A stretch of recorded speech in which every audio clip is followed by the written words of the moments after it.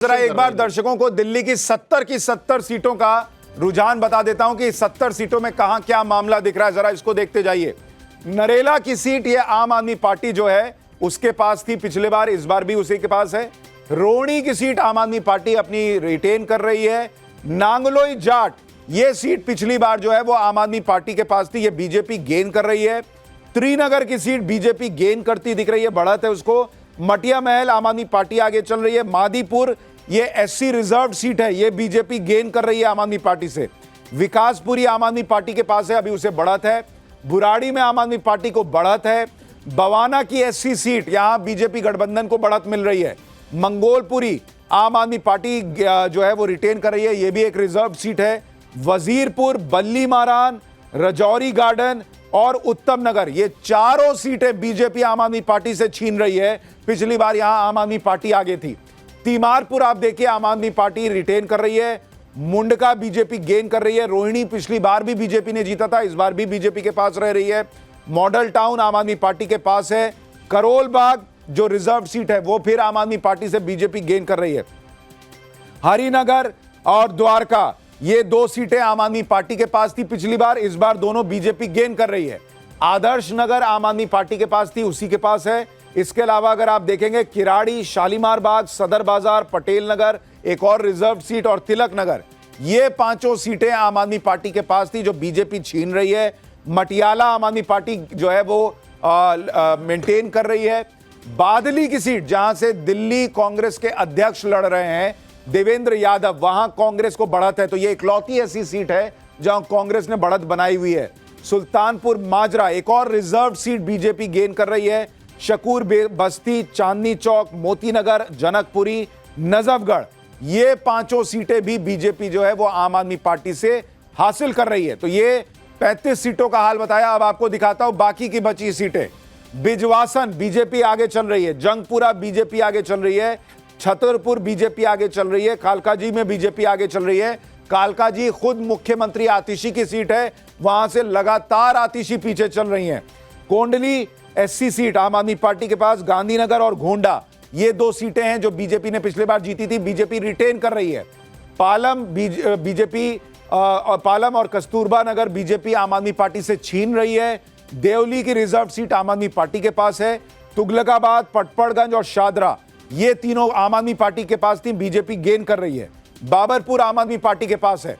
दिल्ली छावनी, मालवीय नगर, अंबेडकर नगर ये तीनों बीजेपी आम आदमी पार्टी से हासिल कर रही है। बदरपुर पिछली बार भी बीजेपी ने जीता था, इस बार बीजेपी के पास है।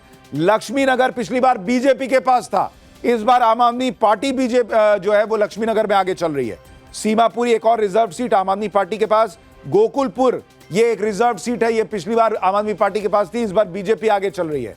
राजेंद्र नगर आप आगे, आरके पुरम, संगम विहार, ओखला ये तीनों आम आदमी पार्टी की सीटें बीजेपी गेन कर रही है। विश्वास नगर बीजेपी बचा रही है। रोहतास नगर बीजेपी से आम आदमी पार्टी छीन रही है। मुस्तफाबाद आम आदमी पार्टी के पास है। नई दिल्ली बीजेपी गेन कर रही है। ये नई दिल्ली की सीट अरविंद केजरीवाल की सीट है और सुबह से अरविंद केजरीवाल इस नई दिल्ली सीट पर पीछे चल रहे हैं। महरौली आप आगे, ग्रेटर कैलाश जो सौरभ भारद्वाज की सीट है वहां आप आगे चल रही है। त्रिलोकपुरी एक और एससी सीट जो आपके पास है। कृष्णा नगर बीजेपी गेन कर रही है। सीलमपुर आपके पास है और करावल नगर जो है वो बीजेपी गेन कर रही है। तो मोटे तौर पर अगर आप पैटर्न देखेंगे तो यह दिखता है कि बीजेपी जो है वो जो रिजर्व सीटें थी वहां पर कहा जाता था कि आम आदमी पार्टी एक तरफा मामला लेकर चली जाती थी, वहां उन रिजर्व सीटों पर बीजेपी ने अच्छा खासा डेंट किया आम आदमी पार्टी को। अमानतुल्लाह खान ओखला की सीट पर 10,000 वोट से पीछे चल रहे हैं, 10,000। तो ओखला इस बार अमानतुल्लाह खान के लिए जीतना बहुत मुश्किल लग रहा है और इसमें एक बड़ा फैक्टर एआईएमआईएम का भी माना जा रहा है कि भाई हो सकता है एआईएमआईएम ने वहां पर वोटों में डेंट किया है, जिसका नुकसान जो है वो आम आदमी पार्टी को हो रहा है। राजगोपालन से कांग्रेस के उम्मीदवार ने भी लिया हो, कांग्रेस के उम्मीदवार ने भी लिया। राहुल गांधी जी भी वहां गए थे।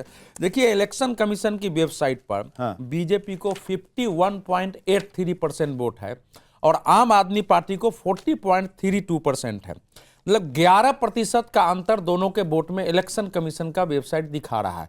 तो अभी अब कितनी वोट की काउंटिंग हुई है मुझे नहीं मालूम, लेकिन 11% का अंतर बड़ा होता है। फिर भी मैं अभी 1 घंटे तो कम से कम प्रतीक्षा करूंगा, क्योंकि लड़ाई मेरे हिसाब से अभी भी लड़ाई कांटे की होनी चाहिए और थोड़े से जीत हार जी होगी। लेकिन इलेक्शन कमीशन की वेबसाइट में कांग्रेस को 5.9% वोट है, करीब 6% के आसपास है।